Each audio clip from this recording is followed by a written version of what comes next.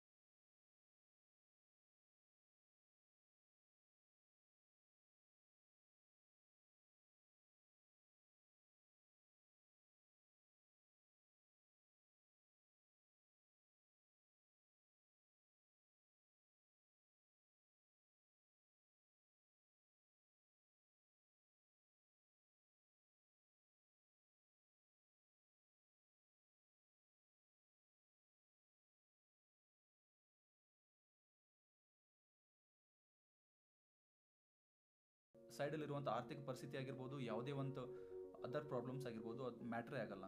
ಇವಾಗ for example ನಾನೇ ಹೇಳ್ತೀನಿ, ಇವಾಗ ನಮ್ಮ ಮನೆಯಿಂದ ನಾನು ದುಡ್ಡು ಇಸ್ಕೊಂಡು ಓದಿದವನು ಅಲ್ವೇ ಅಲ್ಲ. ನಾನು ಕಂಟಿನ್ಯೂಸ್ 5 ವರ್ಷದಿಂದ ನನ್ನ ಫ್ರೆಂಡ್ಸ್ ಕಡೆಯಿಂದ 10,000 ಆಗಲಿ 8,000 ಆಗಲಿ ಈ ಥರ ದುಡ್ಡು ತೊಗೊಂಡು ಓದಿರುವನು. 5 ವರ್ಷನೂ ಅದೇ ಥರ. ನಮ್ಮ ಸ್ಕೂಲ್ ಫ್ರೆಂಡ್ಸ್ ಆಗಿರ್ಬೋದು, ಮೌನೇಶನ್ನ ಬಡಗೇರ್ ಅಂತ ಇದ್ದಾರೆ, ಅದೇ ರೀತಿ ಶಿವಾನಂದ್ ಮುಗುಳ್ಕೊಡಣ್ಣ ಅಂತ ಒಬ್ಬರಿದ್ದಾರೆ, ಅದೇ ರೀತಿ ನಮ್ಮ ಧಾರವಾಡದಲ್ಲಿರುವಂಥ ನನ್ನ ಫ್ರೆಂಡೇ, he is my college mate also, Pavan Desai ಅಂತ. ಸೊ ಈ ಥರ ಫ್ರೆಂಡ್ಸ್ ಕಡೆಯಿಂದ ದುಡ್ಡು ತೊಗೊಂಡು ಓದಿರೋ ನಾನು ಇಲ್ಲಿ ಧಾರವಾಡದಲ್ಲಿರುವಂಥ ಅಥವಾ ಬೆಂಗಳೂರದಲ್ಲಿರುವಂಥ ಕಾಂಪಿಟೇಟಿವ್ ಎಕ್ಸಾಮ್ ಆಸ್ಪಿರೆಂಟ್ಸ್ ಥರನೇ 1-2-3 ಚಪಾತಿ ಜಾಸ್ತಿ ತಿಂದರೆ ದುಡ್ಡು ಖರ್ಚಾಗ್ತಾವಲ್ಲ ಅಂತ ಯೋಚನೆ ಮಾಡಿರುವಂಥ ಹುಡುಗ. ಅದೇ ರೀತಿ ಯಾವುದಾದ್ರೂ ಒಂದು ಟೆಕ್ಸ್ಟ್ ಬುಕ್ ತೊಗೊಂಡ್ರೆ ಸುಮ್ಮನೆ ದುಡ್ಡು ವೇಸ್ಟ್ ಆಗ್ತಾವಲ್ಲ ಅಂತೇಳಿ ಟೆಕ್ಸ್ಟ್ ಬುಕ್ ಜೆರಾಕ್ಸ್ ತೊಗೊಳ್ಬೇಕು ಅಥವಾ ಇನ್ನೊಬ್ಬರ ಕಡೆಯಿಂದ ತೊಗೊಂಡು ಓದಬೇಕು ಅಂತ ಯೋಚನೆ ಮಾಡಿರುವಂಥ ಹುಡುಗ. ಅದಕ್ಕೆ ಆರ್ಥಿಕ ಪರಿಸ್ಥಿತಿ ಅದ್ರ ಬಗ್ಗೆ ಯೋಚನೆ ಮಾಡಬೇಡಿ. ಒಂದಲ್ಲ ಒಂದು ರೀತಿಯಿಂದ ನಿಮಗೆ ವೇಗಳು ಸಿಕ್ಕೇ ಸಿಗ್ತವೆ. ನೀವೇನಾದರೂ ಶಾರುಖ್ ಖಾನ್ ಒಂದು ಡೈಲಾಗ್ ಹೇಳ್ತಾರೆ, ನೀವೇನಾದರೂ ಮಾಡ್ಬೇಕನ್ನೋಂಥ ಹುಚ್ಚಿದ್ರೆ ನೀವು ಇಡೀ ವರ್ಡೇ ನಿಮ್ಗೆ, ಇಡೀ ಯೂನಿವರ್ಸ್ ನಿಮಗೆ ಕಾನ್ಸ್ಪೈರ್ ಆಗಿ ನಿಮ್ಗೆ ಅದು ಸ್ವಾದಿಷ್ಟ ಅಂದರೆ ನಿಮ್ಗೆ ಕೊಡ್ತವೆ ಅಂತ ಹೇಳ್ತಾರೆ. ಸೊ ಅದೇ ರೀತಿ ಮಾಡುವಂಥ ಒಂದು ಹುಚ್ಚಿರಬೇಕು ಅಷ್ಟೇ. Okay, thank you so much.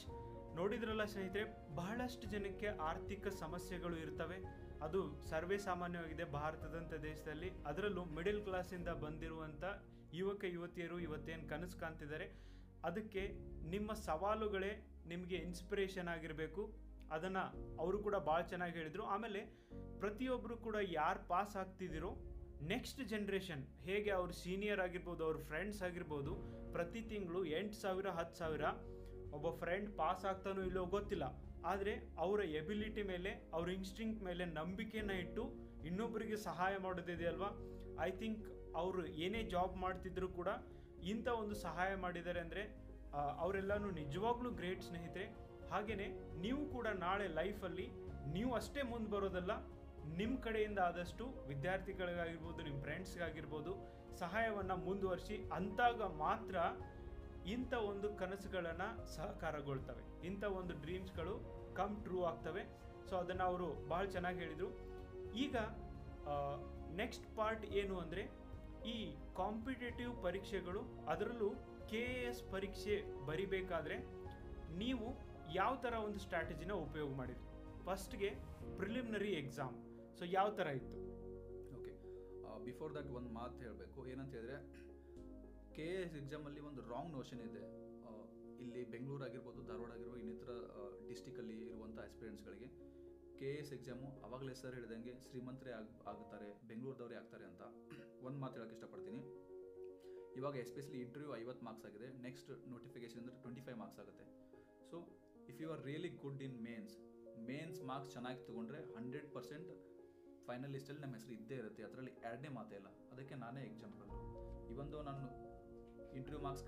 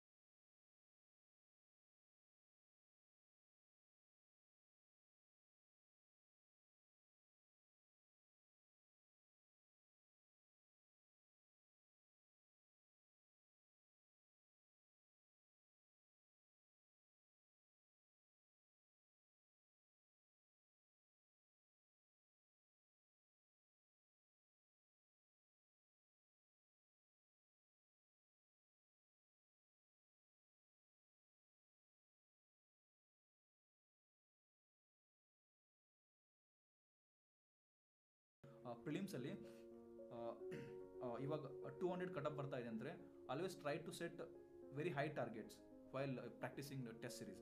ಇವಾಗ ಯಾವುದೇ ಟೆಸ್ಟ್ ಸೀರೀಸ್ ನೀವು ತೊಗೊಂಡ್ಬಿಟ್ರೆ, ಇವಾಗ ನಮ್ಮದು 200 ಕಟಪ್ ಅಂತ ಅನ್ಕೊಳ್ಳಿಕ್ಕೆ ಬಂದಿದೆ, 250 ನೀವು ಟಾರ್ಗೆಟ್ ಸೆಟ್ ಮಾಡಬೇಕು. So that you will try to get 250 marks.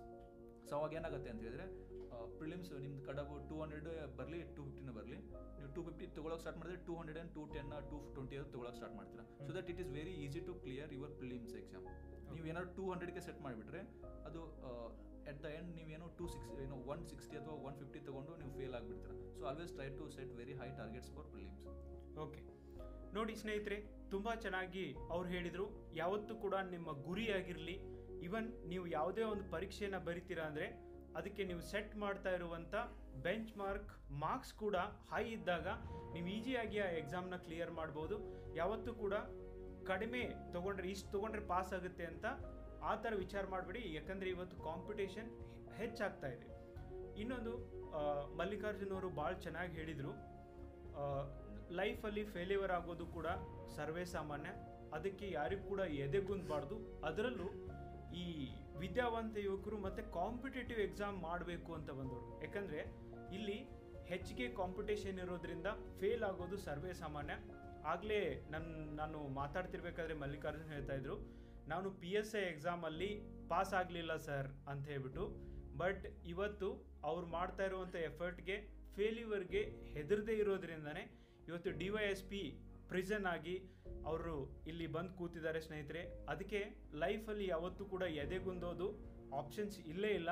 ಅದರಲ್ಲೂ ಕಾಂಪಿಟೇಟಿವ್ ಎಕ್ಸಾಮ್ ಓದುವಂಥವ್ರು 1 ವರ್ಷ 2 ವರ್ಷ ಲೇಟ್ ಆಗ್ಬೋದು, ಬಟ್ ನಿಮ್ಮ ಪರಿಶ್ರಮ ಸರಿಯಾಗಿದ್ದಲ್ಲಿ, ನೀವು ಹೋಗ್ತಾ ಇರುವಂಥ ಡೈರೆಕ್ಷನ್ ಸರಿಯಾಗಿದ್ದಲ್ಲಿ ನಿಮ್ಗೆ ಒಂದಿಲ್ಲ ಒಂದಿನ ಪ್ರತಿಫಲ ಸಿಕ್ಕೇ ಸಿಗುತ್ತೆ. ನಿಮ್ಮ ಕಷ್ಟಗಳು ಇದನ್ನು ತಡೆಯೋಕ್ಕಾಗೋದಿಲ್ಲ ಅನ್ನೋದು ಕೂಡ ಮಲ್ಲಿಕಾರ್ಜುನ್ ಅವರ ಸ್ಟೋರಿಯಿಂದ ನಮಗೆ ತಿಳಿದು ಬರುತ್ತೆ. Thank you Mallikarjun for sharing all those things.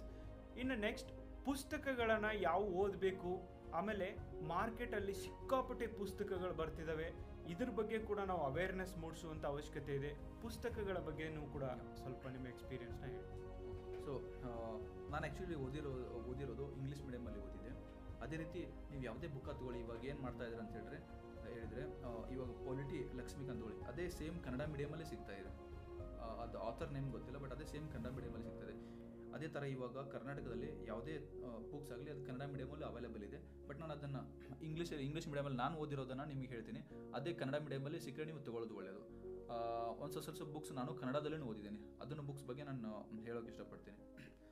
First ಬಂದುಬಿಟ್ಟು ನಾವೇನಾದರೂ ಜೋಗ್ರಫಿ ಅಂತ ಅಂದ್ಕೊಂಬಿಟ್ರೆ, ಇಂಡಿಯನ್ ಜಿಯೋಗ್ರಫಿ ನೀವು ಓದಬೇಕಾಗತ್ತೆ, ಏನು Karnataka geography ಓದಬೇಕಾಗತ್ತೆ.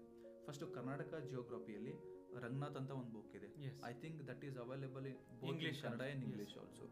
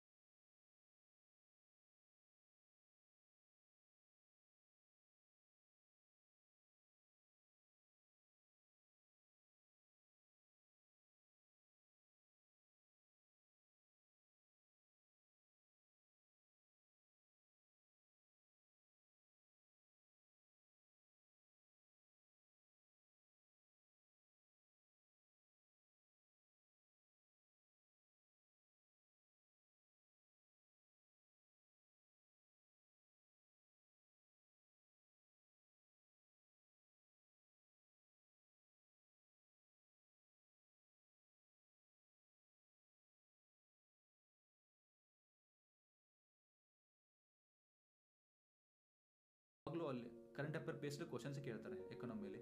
Just to get concept clarity, I think you can refer any material, any notes. ನಾನು ರೆಫರ್ ಮಾಡಿರೋದು ನಮ್ಮ ವಾಜಿರಾಮ್ ನೋಟ್ಸ್ ರೆಫರ್ ಮಾಡಿದೆ, ಎಲ್ಲೋ ಬುಕ್ಸ್ ಅಂತ ಬರುತ್ತೆ. ಅದೇ ರೀತಿ ನೀವು ಯಾವುದೇ ಒಂದು ಇನ್ಸ್ಟಿಟ್ಯೂಷನ್ ಬುಕ್ಸ್ ರೆಫರ್ ಮಾಡಿದ್ರು ಒಳ್ಳೆಯದು. But at the same time ನಾನು ಸಜೆಸ್ಟ್ ಮಾಡಬೇಕು ಅಂತ ಹೇಳಿದ್ರೆ ಶ್ರೀರಾಮ್ IAS ನೋಟ್ಸ್ ಇದೆ ಎಕನಾಮಿ, ಅದನ್ನು ಓದಿದ್ರೆ it is really good, really nice economy. And with respect to economy ಬಂದುಬಿಟ್ರೆ ಬಜೆಟ್ ಆ್ಯಂಡ್ ಸರ್ವೆ ಓದೋದು ಭಾಳ ಇಂಪಾರ್ಟೆಂಟು. ಬಜೆಟ್ ಆ್ಯಂಡ್ ಸರ್ವೆ ಹೆಂಗೆ ಅಂತ ಹೇಳಿದ್ರೆ ಡೈರೆಕ್ಟಾಗಿ ಕ್ವಶನ್ಸು ಫಿಲಿಮ್ಸಲ್ಲಿ ಬರದೇ ಇರ್ಬೋದು, ಬಟ್ ಮೇನ್ಸಲ್ಲಿ ಬಜೆಟ್ ಆ್ಯಂಡ್ ಸರ್ವೆ ಭಾಳ ಹೆಲ್ಪ್ ಆಗುತ್ತೆ. ಸಪೋಸ್ ಏನಾದರೂ ಒಂದು ಕ್ವಶನ್ ಕೇಳಿಬಿಟ್ರೆ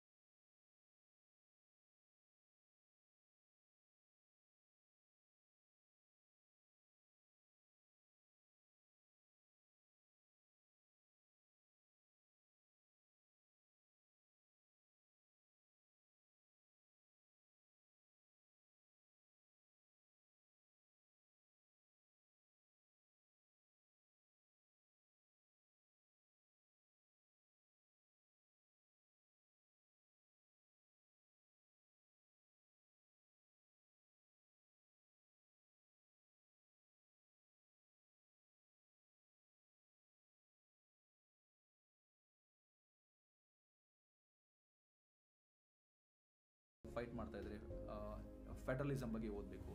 ಇವಾಗ UCC ಅಂತ ಇದೆ, UCC ಲೈಕ್ ಅದು DPSP 44 ಆ ಥರ ಈ ಥರ ಥಿಂಗ್ಸ್, DPSP ಯಾಕೆ ಅದನ್ನು ಯಾಕೆ ಹಿಂಗೆ ಮಾಡ್ತಾರೆ, ಈ ಥರ ಎಲ್ಲ ಥಿಂಗ್ಸ್ ಬಗ್ಗೆ ಈ ಥರ ಓದಬೇಕು ಅಷ್ಟೇ ಪೊಲಿಟಿಯಲ್ಲಿ. ಅದು ಸ್ವಲ್ಪ ಕನೆಕ್ಟಿಂಗ್ ಮಾಡಿ ಬೈ ಯೂಸಿಂಗ್ ಆರ್ಟಿಕಲ್ಸ್ ಇವೆಲ್ಲ ಮೇನ್ಸಲ್ಲಿ ಬರೆಯೋದು ಬರುತ್ತೆ, ಈ ಥರ ಪೊಲಿಟಿ ಓದಬೇಕು. ಇದಾದ್ರೆ ನಾನು ಕರೆಂಟ್ ಅಫೇರ್ ಲಾಸ್ಟ್ ಒಂದು ಬಂತು. ಕರೆಂಟ್ ಅಫೇರ್ ಅಂತ ಹೇಳಿದ್ರೆ for Indian current affair I referred vision IAS notes. Vision IAS ಆಗಲಿ, ಇನ್ಸೈಟ್ IAS ಆಗಲಿ ರೆಫರ್ ಮಾಡೋಕ್ಕಿಂತ ಪದೇ ಅದನ್ನು ಓದಬೇಕು. ಓದೋದನ್ನು ನೀವು ಯಾವುದೇ ಒಂದು ಮೇನ್ಸ್ ಆನ್ಸರಲ್ಲಿ ಆ ಕ್ವಶನ್ ಕೇಳಿದ್ರೆ ಅಲ್ಲಿ ಹಾಕಿ ಬರೆಯುವಂಥ ಒಂದು ನಮ್ಮ ಕೆಪಾಸಿಟಿ ಬರಬೇಕು.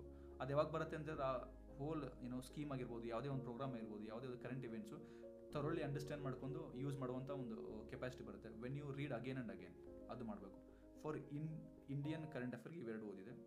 And Karnataka current affair is also very important as per as concerned with KAS. ಅಲ್ಲಿ ಸ್ಪರ್ಧಾ ಮಿತ್ರನೂ ಓದ್ಬೋದು, ಅಥವಾ ನೀವು ಬೇರೆ ನಮ್ಮ KPSCನೂ ಕರೆಂಟ್ ಅಫೇರ್ ಚೆನ್ನಾಗಿದೆ ಅದನ್ನು ಓದ್ಬೋದು. ಅದನ್ನು ಓದಿ ನಾವು ಪ್ರಿಲಿಮ್ಸ್ ಭಾಳ ಹೆಲ್ಪ್ ಆಗುತ್ತೆ. ಬಿಕಾಸ್ ಕರ್ನಾಟಕ ಕರೆಂಟ್ ಅಫೇರ್ ಜಾಸ್ತಿ ಫೋಕಸ್ ಮಾಡ್ತಾರೆ. ಇದು ಕರೆಂಟ್ ಅಫೇರ್. ಅದಾದ ನಂತರ ಮ್ಯಾಪಿಂಗ್ ಆಯಿತು. ಆ್ಯಂಡ್ ಇನ್ನೊಂದು ಇಂಪಾರ್ಟೆಂಟ್ ಥಿಂಗ್ ಹೇಳಬೇಕು, ಮೇನ್ಸಲ್ಲಿ ಕರ್ನಾಟಕ ಮ್ಯಾಪು, ಇಂಡಿಯಾ ಮ್ಯಾಪು ಒಂದು 200-300 ಸಲ ಅದು ಮ್ಯಾಪ್ ಹಾಕಿ ಯೂಸ್ ಮಾಡ್ಕೊಳ್ಳಿ. ಬಿಕಾಸ್ ಮೇನ್ಸಲ್ಲಿ ಮ್ಯಾಪ್ ಹಾಕೋದು ಭಾಳ ಇಂಪಾರ್ಟೆಂಟ್ ಥಿಂಗು. ಯಾವಾಗ ಇವಾಗ ಫ್ಲಡ್ ಕೇಳಿಬಿಟ್ರೆ ಇಂಡಿಯನ್ ಮ್ಯಾಪ್ ಹಾಕಿ ಫ್ಲಡ್ ಝೋನ್ಸ್ 1 2 3 4 5 ಅಂತ ಬರೋದು, ಈ ಥರ ಹಿಂಗೆ ಬರೋದು ಭಾಳ ಇಂಪಾರ್ಟೆಂಟ್ ಆಗುತ್ತೆ. ಓಕೆ, ಸೊ ಅದೇ ರೀತಿ ಆ ಥರ ಮ್ಯಾಪಿಂಗ್ ಹಾಕೊಳ್ಳೋದು ಕಲಿಬೇಕು. Science and technology very important. Science and technology ನಾನು ಏನು ರೆಫರ್ ಮಾಡಿದೆ ಅಂತ ಹೇಳಿದರೆ, ಇವಾಗ ಮಾರ್ಕೆಟಲ್ಲಿ ಸಿಗುವಂಥ ನೋಟ್ಸ್ಗಿಂತ ಸ್ಟ್ಯಾಂಡರ್ಡ್ ಬುಕ್ಸ್ ಸ್ವಲ್ಪ ಓದೋದು ಒಳ್ಳೆಯದು. ಅದರಲ್ಲೂ ನಾನು ಓದಿರೋಂಥ ಥಿಂಗ್ಸ್ ಇಂಪಾರ್ಟೆಂಟ್ ಅಂದರೆ ವಾಜಿರಾಮ್ ಆ್ಯಂಡ್ ರವಿ ಎಲ್ಲೋ ಬುಕ್ಸ್ ಒಂದು ಸೈನ್ಸಿಗೆ ಬರುತ್ತೆ. ಅದು I think it is better to read Vajiram and Ravi book. ಅದು ಬಿಟ್ಟರೆ ಐ ಥಿಂಕ್ ಸೈನ್ಸು ಕರೆಂಟ್ ಇವೆಂಟ್ಸಲ್ಲಿರುವಂಥ ಥಿಂಗ್ಸನ್ನೇ ಕನೆಕ್ಟ್ ಮಾಡಿ ಕೇಳ್ತಾರೆ. ಬಟ್ ಸ್ಟ್ಯಾಟಿಕ್ ಪೋರ್ಷನ್ಗೋಸ್ಕರ ಇದನ್ನು ಓದಬೇಕು. ಆ್ಯಂಡ್ ಅವಾಗಲೇ ಸರ್ ಮಟೀರಿಯಲ್ ಬಗ್ಗೆ ಹೇಳ್ತಾಯಿದ್ರು. ಮಟೀರಿಯಲು ಜಾಸ್ತಿ ಮಾರ್ಕೆಟಲ್ಲಿ ಸಿಕ್ಕಾಪಟ್ಟೆ ಫ್ಲಡ್ ಆಗ್ತಾ ಇದ್ದಾವೆ ಇವಾಗ. ಧಾರವಾಡ ಆಗಿರ್ಬೋದು, ಇವನ್ ಬೆಂಗಳೂರು ಆಗಿರ್ಬೋದು. ಆ ಥರ ಮಟೀರಿಯಲ್ ನೀವು ಫ್ಲಡ್ ಆಗುವಂಥ ಮಟೀರಿಯಲ್ ನೀವು ನೋಡಿ ಏನು ಮಾಡ್ತೀರಾ ಅಂತ ನೀವು ಯೋಚನೆ ಮಾಡಿ. But at the same time referring these standard books is very important. Because no one can replace NCERT, no one can replace this standard books. ಅವರು ಬರೆದಿರುವಂಥ ಜನಗಳೇ ಇದನ್ನೇ ರೆಫರ್ ಮಾಡ್ಕೊಂಡೇ ಬರೆದಿರ್ತಾರೆ. But standard books reference is very important. ನೀವು ಮಾರ್ಕೆಟಲ್ಲಿ ಯಾವುದೇ notes ತೊಗೊಂಡ್ರೂ ಅದನ್ನು ಜಸ್ಟ್ ರೆಫರೆನ್ಸ್ ಆಗಿ ಯೂಸ್ ಮಾಡಿ, ಬಟ್ ಅದ್ರ ಮೇಲೆ 100% ಡಿಪೆಂಡ್ ಆಗಬೇಡಿ. ಸ್ನೇಹಿತರೆ, ಅವರು ಇಂಗ್ಲೀಷ್ ಮಾಧ್ಯಮದಲ್ಲಿ ಎಕ್ಸಾಮ್ನ ಬರೆದಿದ್ರಿಂದ ಇಂಗ್ಲೀಷ್ ಮೀಡಿಯಂ ವಿದ್ಯಾರ್ಥಿಗಳಿಗೆ ಯಾವ್ಯಾವ ಬುಕ್ನ ರೆಫರ್ ಮಾಡ್ಬೋದು ಅನ್ನೋದನ್ನು, ಈವನ್ ಕೆಲವೊಂದಿಷ್ಟು ಕನ್ನಡ ಬುಕ್ಸ್ಗಳನ್ನು ಕೂಡ ರೆಫರ್ ಮಾಡಿದ್ದಾರೆ. ಕನ್ನಡ ಮಾಧ್ಯಮ ಅಂತ ಬಂದಾಗ ಬಹಳಷ್ಟು ಜನ ಕನ್ನಡ ಮೀಡಿಯಮಲ್ಲಿ ಎಕ್ಸಾಮ್ ತಗೋತೀರಾ. ಇಂಡಿಯನ್ ಪಾಲಿಟಿ ಅಂತ ಬಂದಾಗ PS ಗಂಗಾಧರಪ್ಪ, ಇದು ಇವನ್ ಲಕ್ಷ್ಮೀಕಾಂತ್ ಥರನೇ ಇರುವಂಥ ಪುಸ್ತಕ ಆಗಿದೆ. ಇನ್ನು ಹಿಸ್ಟ್ರಿ ಬಂದಾಗ ನೀವು NCERT ಅದೇ ಸ್ಟೇಟ್ ಸರ್ವಿಸ್ ಬುಕ್ಸ್ ಏನಿದ್ದಾವೆ, ಸ್ಟೇಟ್ ಸ್ಕೂಲ್ ಬುಕ್ಸ್ ಏನಿದ್ದಾವೆ ಅವುಗಳನ್ನು ನೀವು ರೆಫರ್ ಮಾಡ್ಬೋದು. KNA ಅಂತ ಹೇಳ್ಬಿಟ್ಟು ಏನು ಬುಕ್ ಇದೆಯೋ ಅದನ್ನು ನೀವು ಇತಿಹಾಸಕ್ಕೆ ರೆಫರ್ ಮಾಡ್ಬೋದು.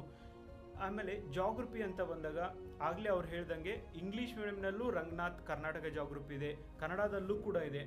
ರಂಗನಾಥ್ ಜಾಗ್ರಫಿ ಬುಕ್ ತುಂಬ ಚೆನ್ನಾಗಿ ಕಾನ್ಸೆಪ್ಟ್ನ ಕೊಟ್ಟಿದ್ದಾರೆ. ಈ ಎಲ್ಲ ಪುಸ್ತಕಗಳನ್ನು ಕೂಡ ನೀವು ಕಾನ್ಸೆಪ್ಚುವಲ್ ಕ್ಲಾರಿಟಿಗೆ ಓದಲೇಬೇಕು ಸ್ನೇಹಿತರೆ.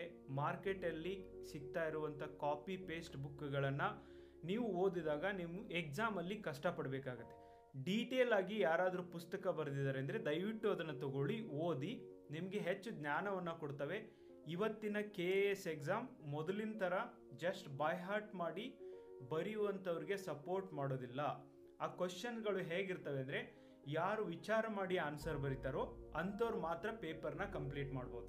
ಮೊದಲು ಹೆಂಗಿತ್ತು ಅಂದರೆ 10 ಪಾಯಿಂಟ್ಸ್ ಬೈ ಹಾರ್ಟ್ ಮಾಡಿ ಹೋಗಿ ಬರಿಬೋದಾಗಿತ್ತು, ಅಂಥ ಕ್ವಶನ್ನೇ ಕೇಳ್ತಿದ್ರು. ಪ್ಯಾಟ್ರನ್ ಚೇಂಜ್ ಆಗಿದೆ, ನೀವು ಓದೋದನ್ನು ಚೇಂಜ್ ಮಾಡಿ. ಇನ್ನು ಈ ಕಲ್ಚರ್ ಪಾರ್ಟ್ ಏನು ಬರುತ್ತೋ ಅದು ಕೂಡ ಈ ಕರ್ನಾಟಕ ಸ್ಕೂಲ್ ಬುಕ್ಸ್ಗಳಲ್ಲಿ ಅವೈಲೇಬಲ್ ಇದೆ, ಅದನ್ನು ಓದ್ಬೋದು. ಅಥವಾ ನಿತಿನ್ ಶಿಂಗಾನಿಯಾ ಕೂಡ ನೀವು ರೆಫರ್ ಮಾಡಬಹುದು. ಇನ್ನು ಜಾಗ್ರಫಿ, ಹಿಸ್ಟ್ರಿ, ಎಕನಾಮಿಕ್ಸ್ ಬಂದಾಗ ಕರ್ನಾಟಕ ಎಕನಾಮಿಕ್ ಸರ್ವೆ ಆಗಲೇ ಅವರು ಕೂಡ ರೆಫರ್ ಮಾಡಿದ್ರು. ಎಕನಾಮಿಕ್ ಸರ್ವೆ ಓದೋದು ತುಂಬ ಇಂಪಾರ್ಟೆಂಟ್, ಅದನ್ನು ಓದಿ. ಆಮೇಲೆ HRK ಪುಸ್ತಕ ಇದೆ ಕನ್ನಡ ಮಾಧ್ಯಮದಲ್ಲಿ. ಅಗೇನ್ ನಾನು ಹೇಳ್ತಾ ಇರುವಂಥ ಪುಸ್ತಕ ದಪ್ಪಿರ್ಬೋದು, ಆದರೆ ನಿಮಗೆ ಅದು ಉಪಯೋಗ ಆಗುತ್ತೆ. ಸೊ ಅಂಥ ಪುಸ್ತಕಗಳನ್ನೇ ನೀವು ಓದಿ. ಇನ್ನು ನನ್ನ ಒಂದು ಪ್ರಶ್ನೆ ಏನು ಅಂದರೆ, ಈಗ KAS ಎಕ್ಸಾಮ್ ಪಾಸ್ ಆಗಿದ್ದೀರಾ, ಆಮೇಲೆ ಓನ್ಲಿ 22 ಮಾರ್ಕ್ಸ್ಗಳನ್ನು ಇಂಟರ್ವ್ಯೂವಲ್ಲಿ ಕೊಟ್ಟರು ಕೂಡ you got very good rank. So ಎಲ್ಲರಿಗೂ ಕೂಡ ಮೆಸೇಜ್ ಏನು ಕೊಡೋಕ್ಕೆ ಇಷ್ಟಪಡ್ತೀನಿ ಅಂದರೆ, ಸ್ನೇಹಿತರೆ, ನೀವು ಮೇನ್ಸಲ್ಲಿ ಚೆನ್ನಾಗಿ ಮಾರ್ಕ್ಸ್ ತೊಗೊಂಡಿರೋದ್ರಿಂದ ಈಗ ಹೋಟಾ ಕಮಿಟಿ ರೆಕಮೆಂಡೇಷನ್ನ ಇಂಪ್ಲಿಮೆಂಟ್ ಮಾಡಿದ್ರಿಂದ ಓನ್ಲಿ 50 ಮಾರ್ಕ್ಸ್ಗಳು ಮಾತ್ರ ಇದ್ದಾವೆ ಇಂಟರ್ವ್ಯೂಗೆ. ಸೊ ನೀವು ಮೇನ್ಸಲ್ಲಿ ಚೆನ್ನಾಗಿ ಬರೆದಿದ್ರೆ ನೀವು ಪಾಸ್ ಆಗಲಿಕ್ಕೆ ಇಲ್ಲಿ ಡೆಫಿನೆಟ್ಲಿ ಅವಕಾಶಗಳಿದ್ದಾವೆ ಅಂತ. ಈ ಎಕ್ಸಾಮ್ ಪಾಸ್ ಆಗೋದರಲ್ಲಿ ಪ್ರಬಂಧ, essay ಪೇಪರ್ ಆಗಿರ್ಬೋದು ಮತ್ತು ethics paper plays very very important role. So ನೀವು essay ಪೇಪರ್ನ ಬರೀಲಿಕ್ಕೆ ಮತ್ತು ಎಥಿಕ್ಸ್ ಪೇಪರ್ ಪ್ರಿಪ್ರೇಷನ್ಗೆ ಏನು ಮಾಡಿದ್ದಾರೆ, ನಿಮ್ಮ ಪ್ರಿಪ್ರೇಷನ್ ಯಾವ ಥರ ಇತ್ತು? ಓಕೆ, essay ಪೇಪರ್ ನಾನು ಯಾವ ಥರ ಪ್ರಿಪ್ರೇಷನ್ ಮಾಡಿದೆ ಅಂತ ಹೇಳಿದ್ರೆ, essay ಫಸ್ಟ್ ಥಿಂಗ್ ನಾವೇನು ಮಾಡಬೇಕು ಅಂತಂದರೆ, ಇವಾಗ ಎಕ್ಸಾಮು 2000 ಡಿಸೆಂಬರ್ದಲ್ಲಿ ಇದೆ ಅಂತ ಅಂದ್ಕೊಳ್ಳಿ, 2022. ಲಾಸ್ಟ್ 6 ಮಂತು ಕರೆಂಟ್ ಅಫೇರಲ್ಲಿರುವಂಥ ವೆರಿ ಹಾಟ್ ಟಾಪಿಕ್ಸ್ ಅಂತ ಇರುತ್ತವೆ. ಆ ಟಾಪಿಕ್ಸ್ ಒಂದು 10 to 15 ಟಾಪಿಕ್ಸನ್ನು ನೀವು ನೋಟ್ ಡೌನ್ ಮಾಡ್ಕೊಳ್ಬೇಕು. At the same time some static like portions ಇದೆ, ಸ್ಟ್ಯಾಟಿಕ್ ಟಾಪಿಕ್ಸ್ ಇರ್ತವೆ. ಇವಾಗ ನದಿಗಳ ಜೋಡಣೆ ಆಗಿರ್ಬೋದು, ಇಂಟರ್ಲಿಂಕಿಂಗ್ ಆಫ್ ರಿವರ್ಸ್ ಅಂತ ಕರೀತಾರೆ, ಆ ಥರ. ಇವಾಗ UCC ಈ ಥರ ಥಿಂಗ್ಸನ್ನು ಅವೊಂದು 10-15 ಟಾಪಿಕ್ಸನ್ನು ನೋಟ್ ಡೌನ್ ಮಾಡಬೇಕು. ಇದು ಫಸ್ಟ್ ಥಿಂಗ್, ಇಂಪಾರ್ಟೆಂಟ್ ಥಿಂಗ್. ಇದು ನೋಟ್ ಡೌನ್ ಮಾಡ್ಕೊಂಡ ತಕ್ಷಣ ಅವಾಗ ಏನು ಮಾಡಬೇಕು ಅಂತಂದರೆ, ನಿಮಗೇನಾದರೂ ಗೊತ್ತಿದ್ರೆ ಟಾಪರ್ಸು ಅಥವಾ ವೆರಿ ಗುಡ್ ಮಾರ್ಕ್ಸ್ ತೊಗೊಂಡವರು ಅವ್ರು essay ಜಸ್ಟ್ ಗೋತ್ರೂ ಮಾಡಬೇಕು. ನಾನು ಅನುದೀಪ್ ದುರಿಶೆಟ್ಟಿ ಸರ್ ಇದ್ದಾರೆ, ಫಸ್ಟ್ ರ್ಯಾಂಕ್ ಬಂದಿರೋ UPSCಯಲ್ಲಿ, ಅವ್ರದ್ದು ನಾನು ರೆಫರ್ ಮಾಡಿದೆ. ಅವ್ರು ಯಾವ ಥರ ಬರೀತಾರೆ, ಇವಾಗ ಇಂಟ್ರೊಡಕ್ಷನ್ ಯಾವ ಥರ ಅವ್ರು ಇಂಟ್ರೊಡ್ಯೂಸ್, ಲೈಕ್ ಒಂದು ಯಾವುದೇ ಒಂದು essay ಕೊಟ್ಟರೆ ಯಾವ ಥರ ಇಂಟ್ರೊಡಕ್ಷನ್ ಬರೀತಾರೆ, ಲೈಕ್ ಬಾಡಿ ಪಾರ್ಟ್ಸ್ ಹೆಂಗಿರುತ್ತೆ, ಏನು ಕನ್ಕ್ಲೂಷನ್ ಹೆಂಗಿರುತ್ತೆ, ಯಾವ ಥರ ಬರೆದು ಒಂದು essayಯನ್ನು ಎಂಡ್ ಮಾಡಬೇಕು, ಯಾವ ಥರ ಫ್ಯಾಕ್ಟ್ ಆ್ಯಂಡ್ ಫಿಗರ್ಸನ್ನು essayಯಲ್ಲಿ ಹಾಕ್ತಾರೆ, ಅದು ಭಾಳ ಇಂಪಾರ್ಟೆಂಟ್ ಥಿಂಗ್ ಅಂದರೆ ನಾವು ಲೈಟಾಗಿ ಅಬ್ಸರ್ವ್ ಮಾಡಬೇಕು. ದಿನ ಒಂದೊಂದು ಈ ಥರ essay ನೋಡಿ first, so that you will get ಒಂದು over all idea that how to approach essay ಅಂತೇಳಿ. ಆ ಥರ ಆದ ನಂತರ ನೆಕ್ಸ್ಟು ನೀವೇನು ಮಾಡ್ಬೇಕಂದ್ರೆ ಒಂದು ಬುಕ್ ತೊಗೊಳ್ಳಿ, ಒಂದು 100 ಪೇಜಸ್ ಒಂದು ಅನ್ರೋಲ್ ಬುಕ್ಸ್ ತೊಗೊಂಡ ತಕ್ಷಣ ಆ 15 ಟಾಪಿಕ್ಕು ಕರೆಂಟ್ ಇವೆಂಟ್ಸಲ್ಲಿರುವಂಥ 15 ಟಾಪಿಕ್ಸು, 15 ಅಥವಾ 10 ಸ್ಟ್ಯಾಟಿಕಲ್ಲಿರುವಂಥ ಟಾಪಿಕ್ಸ್ ಬಗ್ಗೆ ನೀವೊಂದು ಐಡಿಯಾ ಬರ್ಕೊಳ್ಳಿ. ಇವಾಗ ಅಲ್ಲಿ ಇರುವಂಥ ಏನು ಇಂಟ್ರೊಡಕ್ಷನ್ ಬರೀಬೇಕು, ಯಾವ ಥರ ನಾವು ಸ್ಟಾರ್ಟ್ ಮಾಡಬೇಕು, ಅಥವಾ ಅಲ್ಲಿ ಬಾಡಿ ಪಾರ್ಟ್ಸಲ್ಲಿ ಏನೇನು ಬರೀಬೇಕು, ಅಲ್ಲಿ ಕನೆಕ್ಟಿಂಗ್ ಥಿಂಗ್ಸ್ ಏನಾದ್ರು ಇದ್ದರೆ, ಅಥವಾ ಮ್ಯಾಪ್ ಇದ್ದರೆ, ಅಥವಾ ನೀವೇನಾದ್ರು ಫಿಗರ್ ಫ್ಯಾಕ್ಟ್ ಹಾಕ್ತಿದ್ರೆ ಅದನ್ನೆಲ್ಲ ಒಂದು ಐಡಿಯಾ ಬರೀಬೇಕು. ಇವಾಗ ಎಜುಕೇಷನ್ ರಿಲೇಟೆಡ್ ಥಿಂಗ್ಸ್ ಏನಾದ್ರು ಇದ್ದರೆ ಅಂತ ಅಂದ್ಕೊಳ್ಳಿ, ಫಾರ್ ಎಕ್ಸಾಂಪಲ್, ಅಥವಾ ಹೆಲ್ತ್ ಸೆಕ್ಟರ್ ರಿಲೇಟೆಡ್ ಇದ್ದರೆ, ಎಜುಕೇಷನ್ ಇದ್ದರೆ ನೀವೇನು ಮಾಡಬೇಕು ಅಂತ ಹೇಳಿದ್ರೆ, you have to write education. ಇವಾಗ ಗ್ರಾಸ್ ಎನ್ರೋಲ್ಮೆಂಟ್ ರೇಷಿಯೋ, ಔಟ್ಪುಟ್ ಎಷ್ಟಿದೆ, ಎಜುಕೇಷನ್ಗೆ ನಮ್ಮ ಇಂಡಿಯನ್ ಅಥವಾ ಕರ್ನಾಟಕ GDPಯಲ್ಲಿ ಎಷ್ಟು ಕಾಂಟ್ರಿಬ್ಯೂಷನ್ ಮಾಡ್ತಾ ಇದ್ದಾರೆ, ಇವಾಗ ಔಟ್ಪುಟ್ಟು ಇವಾಗ ಜೆಂಡರು ಎಜುಕೇಷನ್ ತೊಗೊಂಡ್ರೆ ಫಸ್ಟ್ ಸ್ಟ್ಯಾಂಡರ್ಡ್ ಇಂದ 10th ಸ್ಟ್ಯಾಂಡರ್ಡ್ ಭಾಳ ಜೆಂಡರ್ ಈಕ್ವಾಲಿಟಿ ಇರುತ್ತೆ ಆಲ್ಮೋಸ್ಟು. ಅದೇ ರೀತಿ ಹೈಯರ್ ಎಜುಕೇಷನ್ಗೆ ಹೋದ ತಕ್ಷಣ ಅದು ಯಾಕೆ ಕಡಿಮೆ ಆಗುತ್ತೆ, ಈ ಥರ ಥಿಂಗ್ಸ್ ಓವರ್ ಆಲ್ ಥಿಂಗ್ಸನ್ನ ನೀವು ಬರೀಬೇಕು. ಮತ್ತು ಎಜುಕೇಷನ್ ರಿಲೇಟೆಡ್ ಸರ್ಟನ್ ಕೋಡ್ಸ್ ಇರ್ತವೆ. Education is most powerful weapon which you can use to change the world ಅಂತೇಳಿ ಈ ಥರ ನೆಲ್ಸನ್ ಮಂಡೇಲಾ ಅವರು ಹೇಳಿದರು. ಈ ಥರ ಥಿಂಗ್ಸನ್ನು ಇನ್ಕ್ಲೂಡಿಂಗ್ ಕೋಡ್ಸ್, ಫಿಗರ್, ಫ್ಯಾಕ್ಟ್ಸನ್ನು ಒಂದು ಕಡೆ ಬರ್ಕೊಂಡು ಇಟ್ಕೊಳ್ಬೇಕು ನೀವು. ಯಾವುದೇ ಒಂದು ಎಜುಕೇಷನ್ ರಿಲೇಟೆಡ್ ಕ್ವಶನ್ಸ್ ಬಂದುಬಿಟ್ರೆ so that you can use those facts based on the demand of that particular essay ಈ ಥರ ಯೂಸ್ ಮಾಡಬೇಕು. ಸೊ ಈ ಥರ ಇದೊಂದು just example of education sector. ಈ ಥರ ನಿಮ್ಮದು ಬೇಕಾದ್ರೆ UPSC ಮಟೀರಿಯಲ್ ಈ ಥರ ಸ್ಟ್ಯಾಂಡರ್ಡ್ ಆಗಿ ಸಿಗ್ತವೆ ನಿಮಗೆ. ಈ ಥರ figures and facts to be used while writing essay ಅಂತೇಳಿ ಅದನ್ನು ನೀವು ಬೇಕಾದ್ರೆ ನೋಟ್ಸ್ ರೆಫರ್ ಮಾಡ್ಬೋದು. ಇದೇ ಥರ ಎಲ್ಲ ಬೇರೆ ಬೇರೆ ಸೆಕ್ಟರ್ಗಳಿಂದ ನೋಟ್ಸ್ ಮಾಡಬೇಕು. ಆ ಕರೆಂಟ್ ಇವೆಂಟಲ್ಲಿರುವಂಥ ಬಾಡಿ ಪಾರ್ಟ್ಸು, ಇಂಟ್ರೊಡಕ್ಷನ್ ಅಥವಾ ಕನ್ಕ್ಲೂಷನ್ ಹೆಂಗೆ ಬರಬೇಕು ಅಂತ ಒಂದೊಂದು ಎಸ್ ಎ ಮಾಡ್ಕೊಂಡು ಇಟ್ಕೊಳ್ಳಿ. ಇದು ಇಂಪಾರ್ಟೆಂಟ್ ಥಿಂಗ್. ಅದಾದ ನಂತರ ನೆಕ್ಸ್ಟು ಯಾವುದೇ ಎಸ್ ಎ ಬರೀಬೇಕಾದ್ರೆ ಸ್ಟಾರ್ಟ್ ಮಾಡುವಂಥ ವಿಧಾನಗಳು, ಇವಾಗ ಅದ್ರ ಬಗ್ಗೆ ಎಕ್ಸ್ಪ್ಲೇನ್ ಮಾಡೋಕೆ ಹೋದರೆ ಸ್ವಲ್ಪ ಟೈಮ್ ತೊಗೊಳುತ್ತೆ. ಬಟ್ ಶಾರ್ಟಾಗಿ ಹೇಳಬೇಕು ಅಂತ ಹೇಳಿದ್ರೆ ಸ್ಟಾರ್ಟ್ ಮಾಡೋದು ಎಸ್ ಎ ಒಂದು ವಿಧಾನಗಳು ಇರ್ತವೆ. ಫಾರ್ ಎಕ್ಸಾಂಪಲ್ ಇವಾಗ ಒಬ್ಬರು ಅನೆಕ್ಡೋಟ್ ತೊಗೊಂಡು ಸ್ಟಾರ್ಟ್ ಮಾಡ್ತಾರೆ. That is very good actually. 2 essay ಕೇಳಿದ್ರೆ ಒಂದು ಅನೆಕ್ಡೋಟ್ ತೊಗೊಂಡು ಸ್ಟಾರ್ಟ್ ಮಾಡಬೇಕು. ಒಬ್ಬೊಬ್ರು ಏನು ಮಾಡ್ತಾರೆ ಅಂತ ಹೇಳಿದ್ರೆ ಫಿಗರ್ಸನ್ನು ಅಥವಾ ಫ್ಯಾಕ್ಟನ್ನು ಹೇಳಿ ಈ ಥರ ಅವರೇ ಕ್ವಶನ್ಸ್ ಕೇಳಿ ಈ ಥರ ಅವರೇ ಒಂದು ಕ್ವಶನ್ಸ್ ಉದ್ಭವ ಮಾಡ್ಕೊಂಡು ಇದಕ್ಕೆ ಏನು ಸೊಲ್ಯೂಷನ್ನು ಅಂತ ಈ ಥರ ಇಂಟ್ರೊಡಕ್ಷನ್ ಸ್ಟಾರ್ಟ್ ಮಾಡ್ತಾರೆ. ಈ ಥರ there are different types to start introduction of essay. ಈ ಥರ ಒಂದು ನೋಡ್ಕೊಳ್ಳಿ. ಸೊ ಇದಾದ ನಂತರ ಇಂಟ್ರೊಡಕ್ಷನ್ ಈ ಥರ ಸ್ಟಾರ್ಟ್ ಮಾಡ್ತೀರಾ. ಬಾಡಿ ಪಾರ್ಟ್ಸು ಇವಾಗ ಏನು ಡಿಮಾಂಡ್ ಇರುತ್ತಲ್ಲ ಆ ಥರ ಬಾಡಿ ಪಾರ್ಟ್ಸ್ ಎಲ್ಲ ಅಲ್ಲಿ ಆರ್ಟಿಕಲ್ಸ್ ಹಾಕಬೇಕಾಗತ್ತೆ. ಈ ಥರ ಅಮೆಂಡ್ಮೆಂಟ್ಸು ಈ ಥರ ಥಿಂಗ್ಸ್ ಎಲ್ಲ ಹಾಕಿ ಇಂಟ್ರೊಡಕ್ಷನ್ ಬರೆಯೋದು ಇಂಪಾರ್ಟೆಂಟು. ಅದೇ ರೀತಿ ಕನ್ಕ್ಲೂಷನು ಈ ಥರ ನೀವು 15 ಬರ್ಕೊಂಡು ಇಟ್ಕೊಳ್ಳೋದು ಭಾಳ ಇಂಪಾರ್ಟೆಂಟು. ನೆಕ್ಸ್ಟ್ ಇನ್ನೊಂದು ಫೋಕಸ್ ಮಾಡಬೇಕಂದ್ರೆ flow of essay is ಭಾಳ ಇಂಪಾರ್ಟೆಂಟು. ಯಾವುದೇ ಎಸ್ ಎನ ಬರೆದ್ರೆ ನೀವು NCERT ಅಥವಾ ಯಾವುದಾದ್ರು ಸ್ಟೇಟ್ ಸಿಲೆಬಸ್ ಬುಕ್ ಓದಿ ಏನು ಚೆನ್ನಾಗಿ ಫ್ಲೋ ಆಗಿರುತ್ತೆ. ಅದು ಫ್ಲೋ ಅಂದರೆ ಮೇಲಿರುವಂಥ ಥಿಂಗ್ಸು ತೆಳಗಡೆ ಇರುವಂಥ ಥಿಂಗ್ಸು ಕನೆಕ್ಟೆಡ್ ಇರ್ತವೆ. ಒಂದು ಪ್ಯಾರ ಅಂದರೆ ಇನ್ನೊಂದು ಪ್ಯಾರ ಕನೆಕ್ಟೆಡ್ ಥಿಂಗ್ಸ್ ಇರ್ತವೆ. ಅದು ಆ ಥರ ಫ್ಲೋ ಮೇಂಟೈನ್ ಮಾಡೋದು ಭಾಳ ಇಂಪಾರ್ಟೆಂಟು.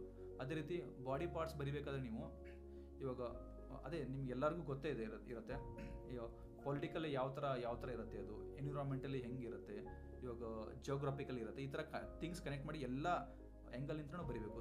ಸೊಸೈಟಿ ಲೆವೆಲ್ ಹೆಂಗಿರುತ್ತೆ, ಇವಾಗ ಫಾರ್ ಎಕ್ಸಾಂಪಲ್ ಇಂಟರ್ನ್ಯಾಷನಲ್ ಲೆವೆಲು ಈ ಥರ ಥಿಂಗ್ಸನ್ನು ತೊಗೊಂಡು ನೀವು ಕಂಪ್ಲೀಟಾಗಿ ವಿತ್ ಫ್ಲೋ ಬರೀಬೇಕು. ಈ ಥರ ಒಂದು over all crude idea of writing S A.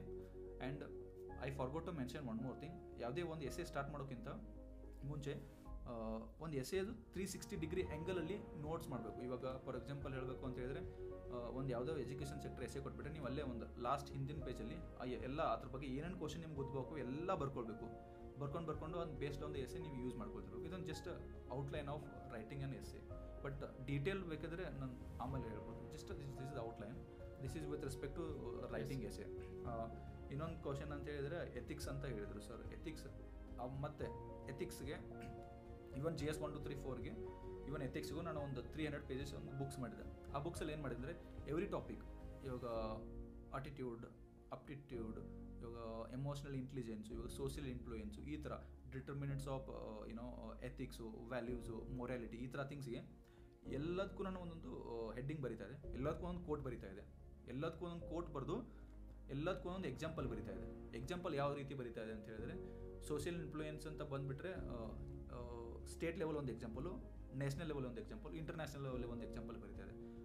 ಅವ್ರ ಎಕ್ಸಾಂಪಲ್ ಯಾವ ಥರ ಇರಬೇಕಂದ್ರೆ ಫುಲ್ ಸಾಲಿಡಾಗಿ ಎಕ್ಸಾಂಪಲ್ ಇರಬೇಕು. ಫಾರ್ ಎಕ್ಸಾಂಪಲ್ ನಾನು ಆವಾಗಲೇ ಹೇಳಿದಂಗೆ ಕಂಪ್ಯಾಷನ್ ಅಂತ ಬರೆದ್ಬಿಟ್ರೆ ಮದರ್ ತೆರೇಸಾ ಬರೀಬೇಕು. ಸೊ ದಟ್ ಇವೊಂದು ಕಂಪ್ಯಾಷನ್ದು ಡೆಫಿನೇಷನ್ ಬರೀಲಿಲ್ಲ ಅಂದರೂ by just seeing Mother Teresa name they will get to know that this question is related compassion ಅಂತೇಳಿ ಆ ಥರ ಸಾಲಿಡ್ ಎಕ್ಸಾಂಪಲ್ಸ್ ಬರೀಬೇಕು. ಇವಾಗ ಸೋಷಿಯಲ್ ಇನ್ಫ್ಲೂಯೆನ್ಸ್ ಅಂತ ಹೇಳಿದರೆ state level doctor Rajkumar eye donation ಅಂತ ಸೋಷಿಯಲ್ ಇನ್ಫ್ಲೂಯೆನ್ಸ್ ಬರೀಬೇಕು.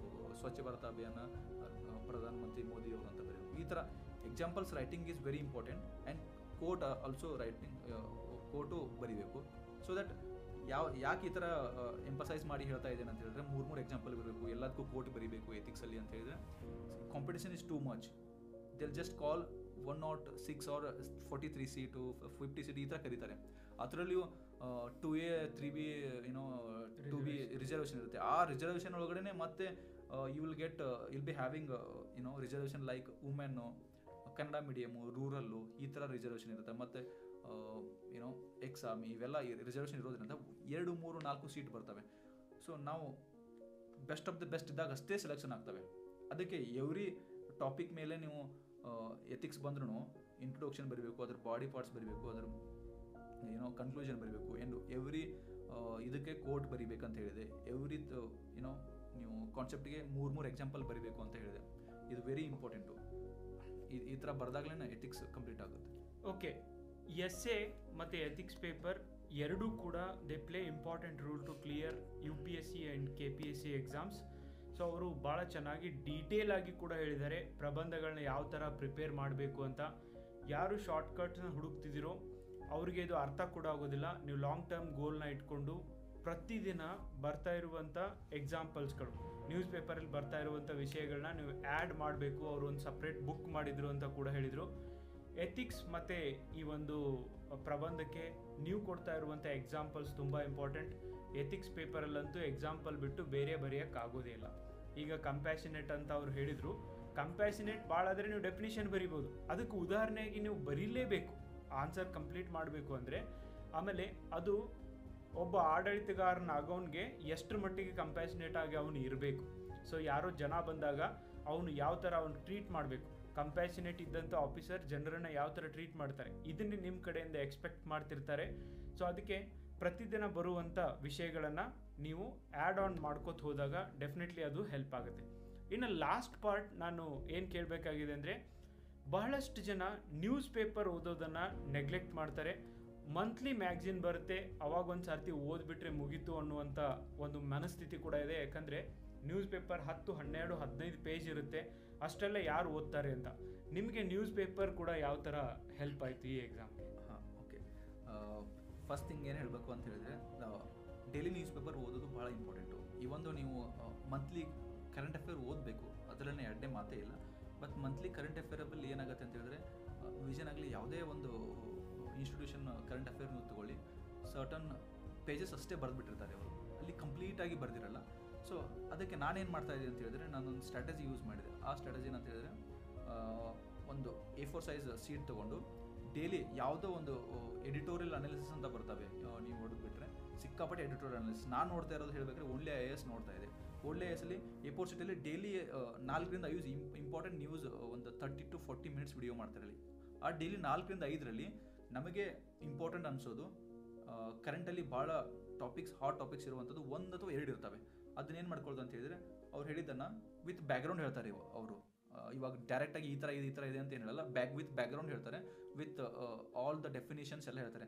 ಅದನ್ನು 1 ಅಥವಾ 2 ಇಂಪಾರ್ಟೆಂಟ್ ಥಿಂಗ್ಸನ್ನು ಬರ್ಕೊಂಡು ಇಟ್ಕೊಂಡ್ರೆ ಆ ಥರ ಐ ಥಿಂಕ್ 1 ವೀಕಲ್ಲಿ ಒಂದು 6 ಡೇಸ್ ಇರುತ್ತೆ. ಅದು 6 ಡೇಸು ಒಂದು 6, 4, 24, 25 ದಿವಸ 1 ತಿಂಗಳಲ್ಲಿ ಬರುತ್ತೆ. ಓಕೆ, ಅದನ್ನು ನೀವು ಬರ್ಕೊಂಡು ಇಟ್ಕೊಳ್ಬೇಕು. ಅದಾದ ನಂತರ ನೀವು ಅದನ್ನು 1 ತಿಂಗಳು ಬರ್ಕೊಂಡು ಇಟ್ಕೊಂಡಿರೋದನ್ನು 5 ದಿನ 5-6 ದಿನ ಬರೆದಿದ್ದನ್ನು ಒಂದು ರವಿವಾರ ದಿನ ಜಸ್ಟ್ ನೀವು ಅದು ಜಾಸ್ತಿ ಓದೋದು ಅವಶ್ಯಕತೆ ಇರೋಂಗೆ ಜಸ್ಟ್ ಹಿಂಗೆ ಪೇಜ್ ಒಳಿಸಿ ನೀವು ನೋಡ್ತಾ ಇದ್ದರೆ ಅದು ರಿಮೈಂಡ್ ಆಗ್ತಾ ಇರುತ್ತೆ, ಅದು ನಿಮ್ಮ ಮೈಂಡಲ್ಲಿ ಅದು ಕುತ್ಕೊಂಡ್ಬಿಡುತ್ತೆ.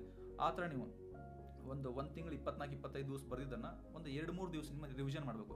ಈ ಥರ ರಿವಿಷನ್ ಮಾಡಿಬಿಟ್ರೆ ನಿಮ್ಮ ನೆಕ್ಸ್ಟ್ ಕರೆಂಟ್ ಅಫೇರ್ ಮ್ಯಾಗ್ಝಿನ್ ಏನಿರುತ್ತಲ್ಲ, ಆ ಮ್ಯಾಗ್ಝಿನಲ್ಲಿ ಇದೇ ಸೇಮ್ ಕವರ್ ಮಾಡಿರ್ತಾರೆ. ಬಟ್ ಇದರಲ್ಲಿ ಇಲ್ಲದೇ ಇರೋ ಥಿಂಗ್ಸನ್ನು ಸ್ವಲ್ಪ ಇರುತ್ತೆ. ಅವಾಗ ಅದನ್ನು ಓದಿದ ತಕ್ಷಣ ನೀವು ಥಿಂಗ್ಸ್ ಎಲ್ಲ ಕನೆಕ್ಟ್ ಆಗ್ತವೆ and at the same time ನೀವು ಯಾವುದೇ ಕರೆಂಟ್ ಅಫೇರನ್ನು ಮಿಸ್ ಮಾಡ್ಕೊಳ್ಳಲ್ಲ. ಐ ಹ್ಯಾವ್ ಸೀನ್ ಇದು ಯಾವುದೋ UPSC ಪ್ರಿಲಿಮ್ಸಲ್ಲಿ ಏನಾಗುತ್ತೆ ಅಂತ ಹೇಳಿದ್ರೆ, ಮ್ಯಾಗ್ಝಿನಲ್ಲಿ ಇಲ್ಲದೇ ಇರುವಂಥ ಥಿಂಗ್ಸು ನ್ಯೂಸ್ ಪೇಪರಲ್ಲಿ ಇರ್ತವೆ. ಬಟ್ ನಾವು ಅದು ಓದಿರ್ತೀವಿ, ರಿವೈಸ್ ಮಾಡಿರಲ್ಲ, ಅದು ಕರೆಂಟ್ ಅಫೇರಲ್ಲಿ ಬಂದಿರಲ್ಲ. ಬಟ್ ಅದು 100% ಅದೇ ಸೇಮ್ ಕಾಪಿ ಪೇಸ್ಟೇ ಕ್ವಶನ್ ಆನ್ಸರ್ ಇರುತ್ತೆ ಅದು. ಸೊ ಅದಕ್ಕೆ ಇಲ್ಲಿ ಮೋರ್ ಎಂಪಸೈಸ್ ನಾನು ಕೊಡೋದು ಏನಂತ ಹೇಳಿದ್ರೆ, ಅಫ್ಕೋರ್ಸ್ ಮಂತ್ಲಿ ಕರೆಂಟ್ ಅಫೇರ್ ಓದೋದು important. At the same time daily newspaper plays very important. ಡೈಲಿನೂ ಓದಬೇಕು. ಓಕೆ ಸ್ನೇಹಿತರೆ, ಕೇಳಿದ್ರಲ್ವಾ, ಪ್ರತಿದಿನ ನ್ಯೂಸ್ ಪೇಪರ್ ಓದೋದು ತುಂಬಾ ಮುಖ್ಯ ಆಗಿರುತ್ತೆ. ಆಮೇಲೆ ಮಂತ್ಲಿ ಏನು ಮ್ಯಾಗ್ಝಿನ್ಸ್ಗಳನ್ನು ಓದ್ತಿರೋ ಅದು ಜಸ್ಟ್ ನೀವು 1 ಮಂತ್ವರೆಗೂ ನ್ಯೂಸ್ ಪೇಪರ್ ಓದಿದ್ರೆ ರಿವಿಷನ್ ಆಗುತ್ತೆ ಹೊರತು. ಆಮೇಲೆ ಇನ್ನೊಂದು ಏನಂದರೆ, ನ್ಯೂಸ್ ಪೇಪರ್ಗಳಲ್ಲಿ ಬರ್ತಾ ಇರುವಂಥ ಒಪಿನಿಯನ್ಗಳು ನಿಮ್ಮ ಒಪಿನಿಯನ್ ಫಾರ್ಮ್ ಮಾಡಿ ಆ ಉತ್ತರಗಳಲ್ಲಿ ಬರೀಲಿಕ್ಕೆ ಹೆಲ್ಪ್ ಆಗುತ್ತೆ. ಯಾವ ಮ್ಯಾಗ್ಝಿನ್ನವರು ಕೂಡ ಒಪಿನಿಯನ್ಗಳನ್ನು ಕೊಡೋದಿಲ್ಲ, ಕೊಡ್ಲಿಕ್ಕೆ ಅಷ್ಟು ಜಾಗನೂ ಇರೋದಿಲ್ಲ. ನ್ಯೂಸ್ ಪೇಪರಲ್ಲಿ ಆ ಸ್ಪೇಸ್ ಇರೋದ್ರಿಂದ ನಿಮಗೆ ಹೆಚ್ಚಿನ ಜ್ಞಾನಕ್ಕಾಗಿ ನೀವು ಓದಲೇಬೇಕು. ನ್ಯೂಸ್ ಪೇಪರ್ನ ಓದೋದನ್ನು ಯಾವತ್ತೂ ಕೂಡ ಬಿಡಬೇಡಿ. ಸೊ ಇಲ್ಲಿವರೆಗೂ ಬಂದು ನಮಗೆ ಬೇಕಾಗಿರುವಂಥ, ಅದರಲ್ಲೂ ಆಸ್ಪಿರೆಂಟ್ಗೆ ಹೆಲ್ಪ್ ಆಗಲಿ ಅಂತ ಹೇಳಿರುವಂಥ ಎಲ್ಲ ಇನ್ಫಾರ್ಮೇಷನನ್ನು ತುಂಬ ಕ್ಲಿಯರ್ ಆಗಿ ಮತ್ತು ಪೂರ್ತಿ ಡೀಟೇಲ್ ಆಗಿ ಹೇಳಿರೋದಕ್ಕೆ ತುಂಬ ಧನ್ಯವಾದಗಳು ಮಲ್ಲಿಕಾರ್ಜುನರೇ.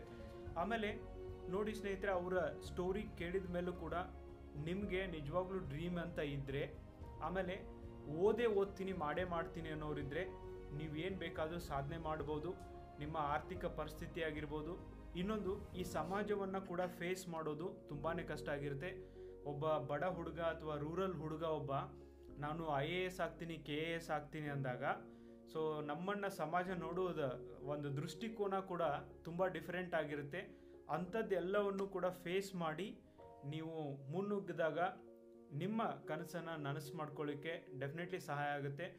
ಇನ್ನು ಅವರ ಸೀನಿಯರ್ ಅವ್ರಿಗೇನು ಹೆಲ್ಪ್ ಮಾಡಿದ್ದಾರೆ, ಅವ್ರ ಫ್ರೆಂಡ್ಸ್ ಹೆಲ್ಪ್ ಮಾಡಿದ್ದಾರೆ ಅಂತ ಏನು ಹೇಳಿದ್ದಾರೆ, ಅವ್ರಿಗೆಲ್ಲರಿಗೂ ಕೂಡ ಈ ವಿಡಿಯೋದ ಮೂಲಕ ಥ್ಯಾಂಕ್ಸ್ ಹೇಳೋಕ್ಕೆ ಇಷ್ಟಪಡ್ತೀನಿ. ಯಾಕಂದರೆ ನಿಮ್ಮ ಒಂದು ಹೆಲ್ಪಿಂದ ಒಬ್ಬ ಹುಡುಗ ಇವತ್ತು ನಮ್ಮ ರಾಜ್ಯದ ಆಡಳಿತದಲ್ಲಿ, ಮುಂದೆ ಈವನ್ ದೇಶದ ಆಡಳಿತದಲ್ಲೂ ಕೂಡ ಜಾಯಿನ್ ಆಗಿ, ಸೊ ಅವ್ರದ್ದೇ ಆದಂಥ ಕಾಂಟ್ರಿಬ್ಯೂಷನನ್ನು ನಮ್ಮ ದೇಶಕ್ಕೆ, ನಮ್ಮ ಸಮಾಜಕ್ಕೆ ನೀಡಲಿ ಅನ್ನೋದು ನಮ್ಮ ಒಂದು ಹಾರೈಕೆ ಕೂಡ ಆಗಿದೆ. Thank you so much for watching this. Before winding ನಾವು ಒಂದೆರಡು ಮಾತು ಹೇಳೋಕ್ಕೆ ಇಷ್ಟಪಡ್ತೀನಿ ಅಬೌಟ್ ಫೇಲ್ಯೂರ್ಸ್. ಯಾಕಂತ ಹೇಳಿದ್ರೆ ನಾನು ಒಂದು 3-4 ತಿಂಗಳ ಇಂದ ನಾನು ಸಕ್ಸಸ್ಸನ್ನು ಎಂಜಾಯ್ ಮಾಡ್ತಾ ಇದ್ದೀನಿ. ಬಿಫೋರ್ ನನ್ನ ಸೆಲೆಕ್ಷನ್ ಯಾವ ಥರ ನನ್ನ ಲೈಫ್ ಇತ್ತು, ಆಫ್ಟರ್ ಸೆಲೆಕ್ಷನ್ ಯಾವ ಥರ ಇತ್ತು ಅಂತ ಒಂದೆರಡು ಮಾತು ಹೇಳೋಕ್ಕೆ ಇಷ್ಟಪಡ್ತೀನಿ. ನಾನು 2017ಗೆ UPSC ಅಟೆಂಪ್ಟ್ ಕೊಟ್ಟಿದ್ದೆ ವಿತ್ ಆಲ್ ಮೈ ಪ್ರಿಪ್ರೇಷನ್. ಯಾವ ಥರ ಅಂತ ಹೇಳಿದ್ರೆ next year IAS Karnataka cadre ಸಿಗುತ್ತೆ ಅಂತಲೇ ನಾನು ಕೊಟ್ಟಿದ್ದೆ ಅಟೆಂಪ್ಟು. ಆ ಥರ ಸೀರಿಯಸ್ ಆಗಿ ಸಾಲಿಡಾಗಿ ಪ್ರಿಪ್ರೇಷನ್ ಮಾಡ್ತಾ ಇದ್ದೆ ನಾನು. 17 ಪ್ರಿಲಿಮ್ಸ್ ಕ್ಲಿಯರ್ ಆಗಲಿಲ್ಲ, 18 ಕ್ಲಿಯರ್ ಆಗಿಲ್ಲ, 19 ಕ್ಲಿಯರ್ ಆಗಲಿಲ್ಲ, 2020 ಕ್ಲಿಯರ್ ಆಗಿಲ್ಲ, ಕಂಟಿನ್ಯೂಯಸ್ 4 ಅಟೆಂಪ್ಟ್ ಕ್ಲಿಯರ್ ಆಗಲಿಲ್ಲ. 2020ಯಲ್ಲಿ ನಾನು ಬರಲಿಲ್ಲ. ಯಾಕಂತ ಹೇಳಿದ್ರೆ 2020ಯಲ್ಲಿ ನಾನು PSI 545 ಸೆಲೆಕ್ಷನ್ ಆಗಬೇಕು ಅಂತ ನನ್ನ ಮೈಂಡಲ್ಲಿತ್ತು. ಯಾಕಂತ ಹೇಳಿದ್ರೆ if you read for 4 year, ನೀವು ಏನಾದರೂ ರಿಸಲ್ಟ್ ಇರಲಿಲ್ಲ ಅಂತ ಹೇಳಿದರೆ ನಿಮ್ಮ ಸೊಸೈಟಿ ಆಗಲಿ, ನಿಮ್ಮ ಫ್ರೆಂಡ್ ಸರ್ಕಲ್ಸ್ ಆಗಲಿ, ಅವರೆಲ್ಲ ನಿಮ್ಗೆ ಹೇಳ್ತಾ ಇರ್ತಾರೆ ಏನು ಓದಂಗಿಲ್ಲ, ಏನಾಗಂಗಿಲ್ಲ ಅಂತ ಹೇಳ್ತಾರೆ. ಸೊ ಆವಾಗ ನಾನೇನೋ PSI ಮಾಡಬೇಕಂತ ಇತ್ತು. PSI 545 ಸೆಲೆಕ್ಷನ್ ಆಗಲಿಲ್ಲ ನಂದು. Again one more set back in my life. ಈ UPSC ಮಾಡಬೇಕು KAS ಆಗಬೇಕು ಅಂತ ಅಂದ್ಕೊಂಡವನಿಗೆ PSI ಆಗಲಿಲ್ಲ ಅಂದರೂ ಒಂದು ಡಿಪ್ರೆಷನ್ಗೆ ಹೋಗ್ಬಿಡ್ತಾನೆ. ಆ ಲೆವೆಲ್ಗೆ ಹೋಗ್ಬಿಟ್ಟಿದೆ. ಯಾಕೆ ಹೇಳ್ತಾ ಇದ್ದೇನೆ ಅಂತ ಹೇಳಿದ್ರೆ, during that 4 or 5 years of journey failures ನಾನು ಭಾಳ ನೋಡಿದ್ದೇನೆ. ಸೊ ಅದೇ ಥರ ಲೈಫಲ್ಲಿ ನನ್ನ ಪ್ರಕಾರ ಸಕ್ಸಸ್ ಆಗಿರೋ ಡೆಸ್ಟಿನೇಷನ್ಗಿಂತ ಹೋಲ್ ಜರ್ನಿ ಭಾಳ ಇಂಪಾರ್ಟೆಂಟು. ಯಾಕಂತ ಹೇಳಿದ್ರೆ ಆ ಜರ್ನಿಯಲ್ಲಿ ನೀವು ಫೇಲ್ಯೂರ್ಸಿಂದ you will get to learn so many things. Because success will not teach you, of course success is very important at the end, but at the same time failures will teach you more than anything else. Failures are very important in your life. Failure ಆದ ತಕ್ಷಣವೇ ಒಬ್ಬ ಮನುಷ್ಯನಿಗೆ ಕಂಪ್ಲೀಟಾಗಿ mould ಆಗಿಬಿಡ್ತಾನೆ. ಒಬ್ಬ ಪರಿಪೂರ್ಣ ವ್ಯಕ್ತಿ ಆಗೋಕ್ಕೆ failures are very important. So ಫೇಲ್ಯೂರ್ಸ್ಗೆ ಹೆದರಕ್ಕೆ ಹೋಗಬೇಡಿ. ನಾನು ಒಂದೇ ಒಂದು ಮಾತಲ್ಲಿ ನಂಬಿಕೆ ಇಟ್ಟಿದ್ದೆ, ಭೂಮಿಗೆ ಬಿದ್ದ ಬೀಜ ಎದೆಗೆ ಬಿದ್ದ ಅಕ್ಷರ ಒಂದಲ್ಲ ಒಂದು ದಿನ ಫಲ ಕೊಡ್ತವೆ ಅಂತೇಳಿ. ಅದಕ್ಕೆ ನಾನು ಡೈಲಿ ಮುಂಜಾನೆ ಎದ್ದ ತಕ್ಷಣ ಮುಖ ತೊಳ್ಕೊಂಡು ಲೈಬ್ರರಿಗೆ ಹೋಗ್ತಾ ಇದ್ದೆ. ಮಧ್ಯಾಹ್ನ ಊಟ ಮಾಡೋದು, ಊಟ ಮಾಡಿ ಮಧ್ಯಾಹ್ನ ನಿದ್ದೆನೂ ಮಾಡ್ತಾ ಇರಲಿಲ್ಲ. ಅಲ್ಲಿ ಲೈಬ್ರರಿಲಿ ಕುಂತು ಓದ್ತಾ ಇದ್ದೇನೆ. ಬೇಜಾರಾಗ್ತಾ ಇತ್ತು. ಎಟ್ the same time during that 5 years of journey ನನ್ನ ಫ್ರೆಂಡ್ಸು ITಯಲ್ಲಿದ್ದವರು ಪಬ್ಗೆ ಹೋಗ್ತಾಯಿದ್ರು, ಬಾರು ಹೋಗ್ತಾಯಿದ್ರು, ಏನೋ ಎಂಜಾಯ್ಮೆಂಟ್ ಮಾಡ್ತಾಯಿದ್ರು, ಹುಡುಗಿಯರ ಜೊತೆ ಹೋಗ್ತಾಯಿದ್ರು, ಅವ್ರ ಫ್ಯಾಮಿಲಿ ಜೊತೆ ಹೊರಗಡೆ ಹೋಗ್ತಾಯಿದ್ರು, ಎಲ್ಲನೂ ಮಾಡ್ತಾಯಿದ್ರು. ಅದು ನೋಡಿ ನನಗೂ ಬೇಜಾರಾಗ್ತಾಯಿತ್ತು. ITಯಲ್ಲಿದ್ದರೆ ನಾನು ಮಾಡ್ಬೋದಾಗಿತ್ತಲ್ಪ ಈ ಥರ ಹಂಗೆ ಹಿಂಗೆ ಅಂತೆಲ್ಲ ಅನ್ನಿಸ್ತಾಯಿತ್ತು. ಬಟ್ ಅದೆಲ್ಲ ನಿಮಗೆ 5 ವರ್ಷ ಜರ್ನಿ ಮುಗಿಸಿ ನೀವು ಸಕ್ಸಸ್ ಆದ ತಕ್ಷಣ ನಿಮ್ಮ ಫ್ಯಾಮ್ಲಿಗೆ ಸಿಗುವಂಥ ರೆಸ್ಪೆಕ್ಟ್ ಆಗಲಿ, ನಿಮಗೆ ಸಿಗುವಂಥ ರೆಸ್ಪೆಕ್ಟ್ ಆಗಲಿ, ಐ ಥಿಂಕ್ 1,000 ಕೋಟಿ ನೀವು ಅರ್ನ್ ಮಾಡಿದರೂ ಸಿಗಲ್ಲ. ಬಿಕಾಸ್ ನಾನು ಅದನ್ನು ಎಕ್ಸ್ಪೀರಿಯನ್ಸ್ ಮಾಡಿದ್ದೀನಿ. ದ ಲಾಸ್ಟ್ 4 months ನನಗೆ 60 to 70 ಸನ್ಮಾನ ಮಾಡಿದ್ದಾರೆ. ಆ್ಯಂಡ್ ನಮ್ಮ ಪೇರೆಂಟ್ಸ್, ನಮ್ಮ ಅಪ್ಪಾಜಿ ಇಲ್ಲ, ಬಟ್ ನಮ್ಮ ಅಪ್ಪಾಜಿ ಫ್ರೆಂಡ್ಸು ಇವಾಗ ನನಗೆ ಸಾಹೇಬ್ರ ಅಂತ ಕರಿತಾ ಇದ್ದಾರೆ. ಆ ಥರ ರೆಸ್ಪೆಕ್ಟ್ ಸಿಗ್ತಾ ಇದೆ. ಆ್ಯಂಡ್ ನಮ್ಮ ಮಮ್ಮಿಗೆ ಆಫ್ಟರ್ 4 or 5 months ನಮ್ಮ ಮಮ್ಮಿ ಏನು ಹೇಳಿದ್ರು ಅಂದರೆ, ಎಷ್ಟು ಖುಷಿ ಆಗ್ತಾ ಇದೆ ಅಂದರೆ ನನಗೆ ಲೈಫಲ್ಲಿ ಇವಾಗ ಖುಷಿ ನಾನು ಖುಷಿ ಪಡೋಕೆ ನನಗೆ ಟೈಮ್ ಸಿಗ್ತಾ ಇಲ್ಲ, ಅಷ್ಟು ಖುಷಿ ಆಗ್ತಾ ಇದೆ. ಎಲ್ಲರೂ ಬಂದು ಮಾತಾಡ್ತಾ ಇದ್ದಾರೆ. ನಮ್ಮ ಮಮ್ಮಿ ಕೂಡ ಎಲ್ಲಿ ಹೋದ್ರೂ ರೆಸ್ಪೆಕ್ಟ್ ಸಿಗ್ತಾ ಇದೆ. ಸೊ ಈ ಥರ ರೆಸ್ಪೆಕ್ಟು ನೇಮ್ ಮಾಡಬೇಕು ಅಂತ ಹೇಳಿದ್ರೆ ದುಡ್ಡಿದ್ರೆ ನೇಮ್ ಮಾಡೋಕ್ಕಾಗಲ್ಲ. ಈ ಥರ ಒಂದು 500-600 ಕಿಲೋಮೀಟ್ರ್ ದೂರ ಹೋಗಿ ಕಷ್ಟಪಟ್ಟು ಓದಿ ಏನೋ ಒಂದು KAS ಅಂತ ಎಕ್ಸಾಮ್ ಅಥವಾ UPSC ಅಂತ ಎಕ್ಸಾಮ್ ಸೆಲೆಕ್ಷನ್ ಆಗಿ ಆಮೇಲೆ ನಿಮ್ಮ ಊರಿಗೆ ಬರ್ತಿರಲ್ಲ, ಅವಾಗ ನಿಮ್ಮ ಊರಲ್ಲಿ ಸಿಗುವಂಥ ರೆಸ್ಪೆಕ್ಟು ಐ ಥಿಂಕ್ ಎಷ್ಟು ಕೋಟಿ ಕೊಟ್ಟರೂ ಸಿಗಲ್ಲ. ಅದು that is very very important ಲೈಫಲ್ಲಿ. ಅದಕ್ಕೆ ನಂಗೆ ಗೊತ್ತು ಇಲ್ಲಿರುವಂಥವ್ರು ಎಷ್ಟು ಕಷ್ಟಪಡ್ತಾ ಇದ್ದಾರೆ ಅಂತ ಹೇಳಿದ್ರೆ, especially after this Covid. Notification ಆಗಂಗಿಲ್ಲ, ನೋಟಿಫಿಕೇಶನ್ ಆದರೂ ಲೇಟ್ ಆಗುತ್ತೆ, ಲೇಟಾಗಿ ರಿಸಲ್ಟ್ ಬಂದ ತಕ್ಷಣವೂ ಅದು ಹೈಕೋರ್ಟಲ್ಲಿ ಸ್ಟೇ ಮಾಡ್ತಾರೆ, ಅವ್ರಿಗೆ ಆರ್ಡರ್ ಕಾಫಿ ಕೊಡೋಲ್ಲ. ಈ ಥರ ಎಲ್ಲ ಡಿಪ್ರೆಷನ್ಸು, ಲೋನ್ಲಿನೆಸ್ಸು ಎಲ್ಲ ಥಿಂಗ್ಸು ಎಕ್ಸ್ಪೀರಿಯನ್ಸ್ ಲೈಫಲ್ಲಿ ಆಗ್ತವೆ. ನಾನು ಅದನ್ನೆಲ್ಲ ಅನುಭವಿಸಿ ಬಂದಿರೋವಂಥ ಹುಡುಗನೇ. ಸೊ ಅದಕ್ಕೆ ಅದ್ರ ಬಗ್ಗೆ ಏನೂ ಯೋಚನೆ ಮಾಡಬೇಡಿ. ಅಪ್ಪನ ಟೈಮ್ ಆಯಗ ಒಂದಲ್ಲ ಒಂದು ದಿನ ಬಂದೇ ಬರುತ್ತೆ ಟೈಮು. ಆ ಟೈಮ್ಗೋಸ್ಕರ ಯೋಚನೆ ಮಾಡಿರಿ. ಆ ಟೈಮ್ ಯಾವ ಥರ ಬರಬೇಕಂತ ಹೇಳಿದರೆ ನೀವು ಓದುವಂಥ ರೀತಿ ನೋಡಿದರೆ ಅದು ಬೇರೆ ಲೆವೆಲ್ಲೇ ಟೈಮ್ ಬರಬೇಕು, ಹಾಗೆ ಓದಬೇಕು. ಆ ಥರನೇ ಪ್ರಿಪ್ರೇಷನ್ ಮಾಡಿ. ಅದು ಯಾವುದೇ ಥಿಂಗ್ಸ್ಗೂ ಕಾಂಪ್ರಮೈಸ್ ಆಗಲೇಬಾರ್ದು. ಆ ಥರ ಒಂದು ಸಾಲಿಡಾಗಿ ಪ್ರಿಪ್ರೇಷನ್ ಮಾಡಲೇಬೇಕು. ಅಷ್ಟು ಮಾಡಿದಾಗಲೇ ನೀವು ಒಂದು ಒಳ್ಳೆಯ ಸಕ್ಸಸ್ ಸಿಗುತ್ತೆ. ಎಲ್ಲರಿಗೂ ಒಳ್ಳೆಯದಾಗಲಿ. ಈ ವಿಡಿಯೋ ನೋಡಿರುವಂಥವ್ರಿಗೆ 100% ಎಲ್ಲರಿಗೂ ಒಳ್ಳೆಯದಾಗಲಿ, ಎಲ್ಲರೂ ಲೈಫಲ್ಲಿ ಮುಂದೆ ಬರಲಿ ಅಂತ ಹೇಳೋಕೆ ಇಷ್ಟಪಡ್ತೀನಿ. Thank you so much. Okay, ತುಂಬ ಚೆನ್ನಾಗಿ ಹೇಳಿದರು ಫ್ರೆಂಡ್ಸ್. 2 ಪಾಯಿಂಟ್ಸ್ನ ಮತ್ತೆ ಎಲ್ಲರಿಗೂ ರಿಮೈಂಡ್ ಮಾಡೋಕ್ಕೆ ನಾನು ಟ್ರೈ ಮಾಡ್ತೀನಿ. ಒಂದನೇದು, ಅವ್ರು ಹೇಳ್ತಾ ಇದ್ರು ಅವ್ರ ಫಾದರ್ ಇಲ್ಲ, ಮದರ್ಗೆ ಖುಷಿ ಪಡಲಿಕ್ಕೆ ಟೈಮ್ ಸಿಗ್ತಾ ಇಲ್ಲ ಅಂತ. ನನ್ನ ಪ್ರಕಾರ ಲೈಕ್ ನಿಮ್ಮ ಪೇರೆಂಟ್ಸನ್ನು ಅಷ್ಟೊಂದು ಖುಷಿಯಾಗಿ ನೋಡೋದಕ್ಕಿಂತ ಭಾಗ್ಯ ಡೆಫಿನೆಟ್ಲಿ ಈ ಜಗತ್ತಲ್ಲಿ ಮತ್ತೆ ಯಾವುದೂ ಇಲ್ಲ. ಒಬ್ಬ ಮಗ ಅಥವಾ ಮಗಳ ಸಂಬಂಧ ಅವ್ರ ಪೇರೆಂಟ್ಸ್ ಅಷ್ಟು ಖುಷಿ ಆಗ್ತಾರೆ ಅಂದರೆ I think more than that ಮತ್ತೆ ಯಾವುದೂ ಇಲ್ಲ ಸ್ನೇಹಿತರೆ. ಇನ್ನೊಂದನ್ನು ಹೇಳಬೇಕು ಅಂದರೆ, ಮಲ್ಲಿಕಾರ್ಜುನ್ ಹೇಳ್ತಾ ಇದ್ರು ನಮ್ಮ ಫ್ರೆಂಡ್ಸ್ ಎಲ್ಲ ಪ್ರೋಗ್ರಾಮ್ಸ್ಗಳಿಗೆ ಅಟೆಂಡ್ ಮಾಡ್ತಿದ್ರು, ಎಲ್ಲ ಕಡೆ ಅಡ್ಡಾಡ್ತಿದ್ರು, ಮೂವಿಗಳಿಗೆಲ್ಲ ಹೋಗ್ತಿದ್ರು, ಆಮೇಲೆ ಟ್ರಿಪ್ಗೆಲ್ಲ ಹೋಗ್ತಾ ಇದ್ರು. ಅದನ್ನು ನೋಡಿ ಭಾಳ ಕೆಟ್ಟ ಅನ್ನಿಸ್ತಾ ಇತ್ತು ಅಂತ. ರಿಮೆಂಬರ್, ಈಗ ಮಲ್ಲಿಕಾರ್ಜುನ್ ಮನಸ್ಸು ಮಾಡಿದರೆ ನೆಕ್ಸ್ಟ್ 1-2-3 ಇಯರ್ಸಲ್ಲಿ ವರ್ಲ್ಡ್ ಟ್ರಿಪ್ ಕೂಡ ಹಾಕ್ಬೋದು. ಓಕೆ, ಕನಸು ಕಾಣಬೇಕಾದ್ರೆ ಇಂಥವು ಕಾಣ್ರಿ. ನಾನು ಸೌತ್ ಅಮೇರಿಕಾಕ್ಕೆ ಹೋಗಬೇಕು, ಎಲ್ಲ ದೇಶ ಅಡ್ಡಾಡಬೇಕು, European Union so beautiful, Switzerland so beautiful, ಇಂಥ ದೊಡ್ಡ ಕನಸು ಕಾಣ್ರಿ ಹೊರತು ಎಲ್ಲೋ ಒಂದು ಕಡೆ ಇಲ್ಲೇ ಹೋದರೆ ಮುಗೀತು, ಈಗ ಎಂಜಾಯ್ ಮಾಡಿದರೆ ಸಾಕು ಅಂತಲ್ಲ. ನೀವು ಏನೇನು ಸ್ಯಾಕ್ರಿಫೈಸ್ ಮಾಡಿದ್ರು ಅದಕ್ಕಿಂತನೂ ಹೆಚ್ಚಿಗೆ ನೀವು ಪಡೆದುಕೊಳ್ಳುವಂಥ ಒಂದು ಕಾಲ ಬಂದೇ ಬರುತ್ತೆ. ಅಲ್ಲಿವರೆಗೂ ವೇಟ್ ಮಾಡಿ. ಮತ್ತು ಅಲ್ಲಿವರೆಗೂ ವೇಟ್ ಮಾಡೋದಷ್ಟೇ ಅಲ್ಲ, ಉಳ್ಕಿದ್ದನ್ನೆಲ್ಲವನ್ನು ವಿಚಾರ ಮಾಡ್ದೇ ನಿಮ್ಮ ಸ್ಟಡಿ ಕಡೆಗೆ ಗಮನ ಕೊಡಿ. ಡೆಫಿನೆಟ್ಲಿ ನೀವು ಒಂದಿನ ನಿಮ್ಮ ಕನಸು ನನಸು ಮಾಡ್ಕೊಳ್ಳುವಂಥ ಒಂದು ಸಮಯ ಬಂದೇ ಬರುತ್ತೆ. ನನ್ನ ಫ್ರೆಂಡ್ಸ್ ಎಲ್ಲರೂ ನಾನು ಆ ಥರ ಅವರೆಲ್ಲ ಸೋಷಿಯಲ್ ಮೀಡಿಯಾದಲ್ಲಿ ಫೇಸ್ಬುಕ್ಕಲ್ಲಿ ಆ್ಯಂಡ್ ಇನ್ಸ್ಟಾಗ್ರಾಮಲ್ಲಿ ಇಲ್ಲೆಲ್ಲ ಸ್ಟೇಟಸ್ ಅಪ್ಲೋಡ್ ಮಾಡ್ತಾಯಿದ್ರು. ನಾನು ಆ್ಯಕ್ಚುಲಿ ಅನ್ಕೊಂಡ್ಬಿಟ್ಟೆ, ನಾನು 5 ವರ್ಷ ಏನೂ ಮಾಡಬಾರ್ದು, ಜಸ್ಟ್ ಕಾಮಾಗಿ ಕೂತ್ಕೊಳ್ಳೋಣ. 5 ವರ್ಷ ಆದಮೇಲೆ 5 ವರ್ಷ ಮೇ ಬಿ 6 ವರ್ಷ ಒಂದು ಸ್ಟೇಟಸ್ ಹಾಕೋಣ, ಲೈಫಲ್ಲಿ ಒಂದು ಸ್ಟೇಟಸ್ ಹಾಕೋಣ. ಇಲ್ಲಾಂದರೆ ನಾನು ಸ್ಟೇಟಸ್ ಹಾಕಂಗಿಲ್ಲ. ನಾನು ಫೇಲ್ಯೂರ್ ಆಗಿದ್ರೆ ಲೈಫಲ್ಲಿ ಸ್ಟೇಟಸ್ ಹಾಕಬಾರ್ದು ಅಂತ ನಾನು ಅನ್ಕೊಂಡ್ಬಿಟ್ಟಿದೆ. ಸ್ಟೇಟಸ್ ಆಗಲಿ ಫೇಸ್ಬುಕ್ಕಲ್ಲಿ ಅಪ್ಲೋಡ್ ಮಾಡೋದಾಗಲಿ. ಇವಾಗಲಾದರೂ ನಾನು ಫೇಸ್ಬುಕ್ ಓಪನ್ ಮಾಡಿ ನೋಡಿದ ತಕ್ಷಣ 2017 ಸ್ಟೇಟಸ್ ಹಾಕಿದ್ದೆ ನಾನು. Education is most powerful weapon ಅಂತ ನೆನೆಸ್ಬಿಟ್ಟು ಅದು ಹಾಕಿದ ನಂತರ ನಾನು ಯಾವುದೂ ಸ್ಟೇಟಸ್ ಹಾಕಿರಲಿಲ್ಲ. ನಾನು ಅನ್ಕೊಂಡ್ಬಿಟ್ಟಿದೆ, ಒಂದು ಸ್ಟೇಟಸ್ ಹಾಕಿದ್ರೆ ಸಿಕ್ಕಾಪಟ್ಟೆ ಅದೇನೋ ನಮ್ಮ ಭಾಷೆಯಲ್ಲಿ ಧೂಳಿ ಪಟೇನಾಗಿರಬೇಕು ಆ ಥರ ಒಂದು.